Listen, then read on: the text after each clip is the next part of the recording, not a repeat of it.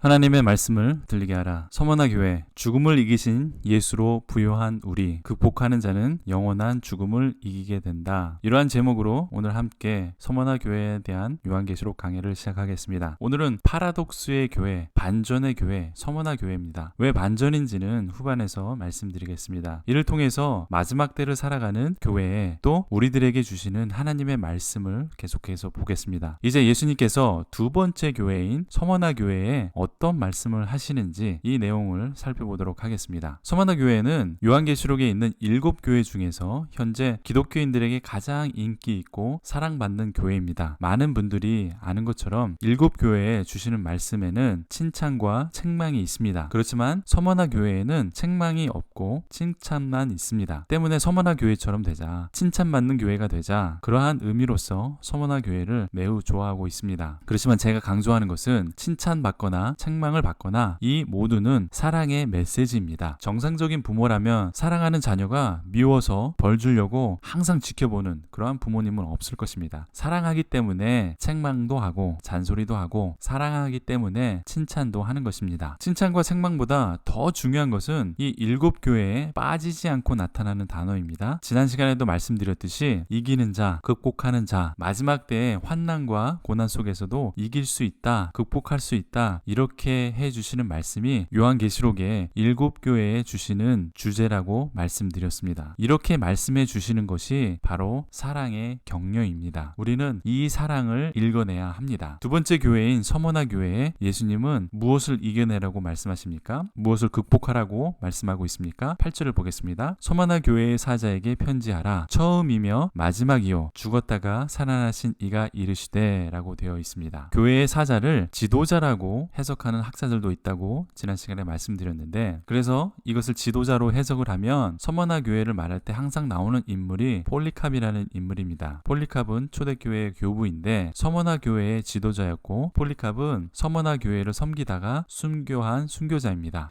그래서 죽도록 충성한 10절 말씀의 인물이다 라고 생각을 하죠. 이 말씀대로 죽도록 충성한 사람으로 기억을 하고 있습니다. 7교회를 공부할 때 항상 강조하는 것이 역사적 배경과 시대적 배경인데, 이는 몰라도 괜찮습니다. 우리가 너무 역사 비평적으로 성경을 공부하기 때문에 정말 중요한 주인공 예수님을 놓칩니다. 그래서 다른 많은 강해에서도 폴리캅에 대한 이야기를 하다가 정작 중요한 예수님을 이야기하지 않고 넘어가는 강해를 너무나도 많이 봤습니다. 그래서 저는 이런 것들을 다 내려놓고 메인 포인트, 즉 예수님 중심으로 강해를 하려고 노력을 하고 있습니다. 그래서 여러분들이 기존에 하던 공부 방법과 달라도, 강조하는 내용이 달라도 이해해 주십시오. 요한계시록의 주인공은 예수님입니다. 때문에 저는 예수님 중심으로 이 강해를 이끌어 나갈 것입니다. 요한계시록이 우리들에게 정말 알려주고자 하는 것이 역사적 배경, 그 시대적 배경, 또 폴리캅이 누군가, 그때 당시에 유행했던 이단들이 누군가, 그런 것이 아니라 우리들에게 정말 알려주려고 하는 것은 바로 예수님을 붙들어라. 예수님이 마지막 시대의 주인공이 되신다. 이렇게 말씀하시는 것이죠. 어떤 예수님입니까? 오늘 말씀에 보면 8절에 보면 처음이며 마지막이요 죽었다가 살아나신 이가 예수님이십니다. 계시록에서 짐승이 뭔지, 상징적 표현이 뭔지 몰라도 괜찮습니다. 7교회의 역사와 배경이 뭔지 몰라도 됩니다. 그렇지만 처음이시요 마지막이신, 죽었다가 살아나신 이 예수님을 모르면 우리는 실패한 것입니다. 예수님만 알면 요한계시록에서 90% 성공한 것이라고 저는 믿습니다. 나머지 10%는 우리가 읽어나가면서 또 누군가의 도움을 받아서 알 수 있게 될 것입니다. 계속해서 볼까요? 처음이자 마지막이시며 부활의 예수님께서, 다시 말씀하시면 창조주이시고 심판자이신 부활의 예수님께서 말씀하십니다. 9절에 내가 내 환난과 궁핍을 알거니와 실상은 내가 부요한 자니라. 자칭 유대인이라 하는 자들의 비방도 알거니와 실상은 유대인이 아니요 사탄의 회당이라. 이렇게 9절에 말씀하고 있습니다. 내가 너의 환난과 가난함을 안다. 이렇게 말씀하십니다. 예수님을 믿는다고 고난을 당하고 정말 찢어지게 가난한 그 상황을 예수님께서 잘 알고 계신다. 이렇게 말씀하십니다. 9절에 번역된 궁핍이라는 단어는 프토케이아라는 단어입니다. 그리스어는 굉장히 좀 구체적인 단어인데 가난하다라는 단어도 세 가지가 있습니다. 있습니다. 페네스, 푸토코스, 푸토케이아 이 세 가지의 단어가 있는데 페네스는 일반적으로 가난하다, 수입이 없어서 가난하다 그런 뜻입니다. 푸토케이아는 구걸하는 가난입니다. 완전히 거지 신세라는 것이죠. 푸토코스도 구제가 필요한 그러한 가난인데 이 푸토케이아, 푸토코스에 나오는 공통적인 푸토라는 말은 이 얼굴을 가리다입니다. 완전히 너무나도 찢어지게 가난해서 구걸할 때 자기 얼굴을 가리고 손을 내미는 그런 것을 말하는 것이죠. 당시 서머나 지역은 굉장히 부유한 항구 도시였습니다. 그런데 서머나 교인들은 너무나 가난했습니다. 학자들은 서머나 교인들이 왜 이렇게 가난한지 세 가지 정도로 말하고 있습니다. 첫 번째는 원래 가난한 빈민들이 주로 교인이 되었다 이렇게 말하는 사람도 있고, 두 번째는 핍박으로 인해서 재산을 빼앗겼다 그래서 가난하다 이렇게 말하는 학자들도 있고, 세 번째는 핍박으로 경제 활동을 할 수 없었다 이렇게 말하는 학자들도 있습니다. 그 외에 여러 가지 해석이 있는데 어쨌든 이들의 상황은 경제적으로 너무나도 가난했습니다. 그 위에 핍박도 있었습니다. 그렇기 때문에 고대 서머나 도시에 그리스도인들은 엄청난 가난을 겪어야 했던 것 같습니다. 가난만 있는 것이 아니라 이들에게는 엄청난 핍박도 있었습니다. 특히 자칭 유대인들이라고 하는 그리스 유대인들이 있었는데 그들은 그리스도인들을 비방하고 고난을 주었습니다. 그들은 유대인이 아니고 사탄의 회당이다 이렇게 성경은 말하고 있습니다. 여기서 사탄이라는 단어는 악마를 뜻하는 것이 아니고 대적자를 말합니다. 악마는 디아블로라는 단어를 쓰는데 여기서는 사탄 즉 대적자라는 단어를 썼습니다. 그런데 실제로 서머나 교회 너희는 부자다 이렇게 핍박과 가난이 있지만 실상은 너희들은 부자다 이렇게 말씀하고 있습니다. 아주 모순된 표현이죠. 파라독스적 표현이라고 말하는데 다음에 이러한 표현이 한 번 더 나옵니다. 어쨌든 이 말씀을 적용해서 보면 직장을 잃고 사업터가 망하고 경제적으로 너무나도 어렵고 가난해도 세상 사람들이 핍박을 해도 비방을 해도 우리는 부자다 이렇게 말씀하십니다. 왜냐하면 예수 그리스도 때문에 부유하다 이렇게 말씀하고 있는 것입니다. 나중에 나오지만 예수님을 믿지 않는 사람은 영원한 생명이 없습니다. 그렇지만 우리는 예수 그리스도를 통하여 영원한 생명을 받은 부자라고 말씀하고 있습니다. 이 세상 그 어떤 것보다 값으로 따질 수 없는 영원한 생명을 가지고 있는 부자다 이렇게 말씀하시는 것이죠. 좀 더 볼까요? 10절에 보면 이제 다가올 고난이 있다 이렇게 말씀하십니다. 가난한 것도 억울한데 그 위에 환난이 겹쳐서 벗어나지 못합니다. 마귀가 너희 중에 몇 명을 감옥에 가둔다 이렇게 기록이 되어 있습니다. 얼마 동안요? 10일 동안 환난을 받게 된다 이렇게 기록이 되어 있습니다. 여기서 10일은 정확히 10일을 말하는 것이 아닙니다. 짧은 기간 동안 10손가락에 들어오는 그 기간을 말하는 것입니다. 어떤 학자들은 1일을 1년으로 해석해서 10년이라고 해석하기도 합니다. 그 근거가 민수기 14장 34절, 에스겔 4장 6절을 근거로 하는데 그래서 저는 찾아봤습니다. 왜 이것을 근거로 하는지. 무조건 학자들이 말했다고 다 믿지는 마십시오. 자, 그 근거가 되는 민수기 14장 24절을 보니까 이스라엘 백성이 출애굽하고 가나안 땅을 40일 동안 정탐을 합니다. 그리고 이 가나안 땅에서 절망적인 보고가 올라옵니다. 그러면서 하나님을 원망합니다. 우리가 죽게 되었다. 우리는 그들에 비하면 메뚜기처럼 아주 연약하다. 그래서 하나님께서는 40일을 1년으로 환산을 해서 광야에서 너희들이 방황하겠다 이렇게 말씀하십니다. 그래서 요한계시록에 나오는 10일이 10년으로 계산해야 한다 이렇게 말하는 것입니다. 저는 도저히 이해가 안 됩니다. 어떻게 이스라엘 백성들의 믿음 없음을 심판하시는데 그것을 어떻게 여기에다 적용을 하죠? 그럼 그 다음 구절을 한번 보겠습니다. 에스겔 4장 6절에 그 수가 차거든 너는 오른쪽으로 누워 유다 족속의 죄악을 담당하라. 내가 내게 40일로 정하였나니 하루가 1년이라. 다시 말하면 유대 족속을 하나님께서 심판하실 때에 40일을 하루를 1년으로 쳐서 40년 동안 심판하신다 이렇게 말씀하셨습니다. 그래서 요한계시록의 10일을 10년으로 계산해야 한다. 이것도 저도 이해가 안 됩니다. 왜 이렇게 계산을 해야 하는지. 이것이 어떻게 유다를 심판하는 이 적용의 구절이 어떻게 요한계시록에 적용이 될 수 있는지 저는 도저히 이해가 안 돼서 이렇게 올려봅니다. 저의 의견은 많은 학자들과 동일시하는데 10일은 정확하지 않은 짧은 기간이다 이렇게 보고 있습니다. 이 10일이 10년이 아니다 저는 이렇게 보는데 제 의견에 동의하지 않으셔도 됩니다. 중요한 것은 한정된 기간 동안에 감옥에 갇히게 된다. 이것이 메인 포인트입니다. 어떻게 해석하건 결론은 죽도록 충성하라입니다. 아주 유명한 구절이죠. 죽도록 충성하면 생명의 관을 주겠다 이렇게 말씀하십니다. 그런데 여기서 충성이라고 번역을 했습니다. 그래서 일부 교회나 어떤 목사님들이 좀 악용하는 충성하는 세례가 있습니다. 충성은 국가나 군주에게 소유되거나 자유로이 바치는 충실함의 의무라고 사전은 정의하고 있습니다. 정성과 복종을 가리키기도 한다, 이렇게 사전을 말하는데, 그래서 죽기까지 복종하고 정성을 바쳐라, 이렇게 강조를 합니다. 누구에게요? 지역교회나 목사님에게 죽도록 충성하라고 가르칩니다. 그런데 그게 아니에요. 예수님께 복종하고 정성을 바치는 것이지 누구에게 바칩니까? 충성이라고 번역된 이 단어는 피스토스라는 단어입니다. 영어로는 faithful인데 충실한, 충직한, 신의가 있는 그런 뜻입니다. faith이라는 단어와 full이라는 단어가 합쳐졌는데, faith이라는 것은 믿음이고 full은 많다, 그런 뜻입니다. 믿음이 많다, 영어로는 그런 뜻입니다. 믿음이 충만하다, 믿을 수 있다, 그런 뜻인데, 실제로 피스토스는 믿음이라는 단어 피스테우와 같은 어근을 가진 피스트입니다. 때문에 이것은 우리가 충성하라는 것이 아니라 믿음이 충만해라, 그런 뜻이 더 가깝다는 것이죠. 실제로 요한복음 20장 27절에 피스토스라는 단어가 쓰였습니다. 거기에 요한복음에서는 어떻게 해석이 되어 있냐 하면 믿는 자가 되라, 이렇게 번역이 되어 있습니다. 그런데 요한계시록은 충성이라고 번역이 되어 있죠. 우리가 생각하는 충성보다 신뢰할 수 있는 믿음이 충만한 신실한 자가 되라 라고 번역을 하는 것이 더 좋습니다. 충성은 절대 권력에 순종하는 의미가 강하지만 피스토스는 믿음이 충만한 신실하다는 의미가 맞다는 것이죠. 신실한 것도 예수님께 신실한 자가 되는 것이고, 충성도 예수님께 충성하는 것입니다. 다시 본문 말씀인 죽도록 충성하라, 죽기까지 신실하라, 이 말씀도 파라독스적 표현입니다. 가난하지만 부유하다, 죽었지만 생명을 얻는다, 이 반어적인 표현이죠. 서머나 교회인들은 너무나 가난하게 살았습니다. 예수를 믿어 가난하고 예수를 믿어 환난에 처했습니다. 핍박을 받았습니다. 억울하게 감옥도 갑니다. 또 억울하게 사형을 당하기도 합니다. 예수님을 믿는다는 그 이유 하나만으로 이렇게 핍박과 고난을 받은 것이죠. 오늘날의 믿음의 기준으로는 잘못 믿은 것입니다. 많은 복음의 메시지는 예수 믿고 천국 가고, 예수 믿고 복 받고, 예수 믿고 잘 먹고 잘 사는 축복을 받는 것이다, 이렇게 말하고 있습니다. 예수 믿고 복을 받아야 하는데 가난하고 고난을 당하고 심지어 죽게 됩니다. 예수 믿으면 복 받고 건강하고 만사가 잘 풀려야 하는데 최악입니다. 복음은 잘 먹고 잘 사는 게 아니죠. 예수님을 믿고 영원한 생명으로 부유하게 되는 것입니다. 예수님을 믿는 것만으로도 우리는 부자가 되는 것이죠. 우리는 영적으로 부자가 되는 것입니다. 예수님을 믿고 영원한 생명의 멸류관을 쓰는 것입니다. 비록 죽음으로 예수님께 충성할지라도 두려워하지 않고 11절에 이기는 자가 되어야 합니다. 이기는 자는 어떻게 된다고요? 11절에 이기는 자는 둘째 사망의 해를 받지 아니하리라, 이렇게 되어 있습니다. 둘째 사망은 영원한 사망을 말하는 것입니다. 지옥에 떨어지는 영원한 사망을 말하는 것이죠. 비록 예수님 믿고 죽음을 당할지라도, 순교를 당할지라도 두 번째 사망은, 즉 두 번째 영원한 죽음은 우리들에게 힘을 쓸 수 없다고 말하고 있습니다. 우리들을 영원히 죽게 할 수 없다고 말씀하십니다. 그래서 우리는 이길 수 있는 것입니다. 가난도 우리를 굴복시킬 수 없습니다. 핍박도 우리를 굴복시킬 수 없습니다. 비방도 우리를 굴복시킬 수 없습니다. 심지어 죽음도 우리를 굴복시킬 수 없다고 말합니다. 죽음도 예수님께 대한 우리의 믿음, 우리의 충성, 우리의 신실한 믿음을 꺾을 수 없다고 말합니다. 때문에 우리는 이겨야 한다. 때문에 우리는 극복할 수 있다. 환난도 고난도 심지어 죽음까지도 이길 수 있다. 성령님께서 이렇게 말씀하십니다. 11절에 이렇게 기록이 되어 있습니다. 누구에게요? 서머나 교회에 말씀하는 것입니까? 아닙니다. 우리들에게, 지금 교회들에게 말씀하고 있습니다. 교회가 아니라 여기 말씀을 보면 교회들, 즉 우리들에게 말씀한다고 되어 있습니다. 우리는 이 예수님의 말씀을 붙들고 마지막 시대를 이겨나가는 것입니다. 가난도 환난도 그리고 죽음까지도 처음이며 마지막이요, 죽었다가 살아나신 예수 그리스도로 이기는 자가 되시길, 극복하는 자가 되시길 간절히 축원드립니다. 아멘. 도움이 되셨습니까? 질문이나 다른 의견이 있으시면 댓글을 달아주십시오. 구독해 주시면 계속해서 말씀 중심의 강의를 들으실 수 있습니다. 많은 분들이 쉽고 말씀 중심적인 요한계시록 강의를 들을 수 있도록 도움을 주시면 감사하겠습니다. 이 영상 밑에 있는 공유 버튼을 눌러서 카톡으로 지인들에게 보내주십시오. 또 SNS에 올려주시면 여러분도 이 사역에 동참하는 것이 됩니다. 이 사역으로 인해서 많은 분들이 예수 그리스도로 이 시대를 이길 수 있는 이기는 자가 될 것을 믿습니다. 감사합니다.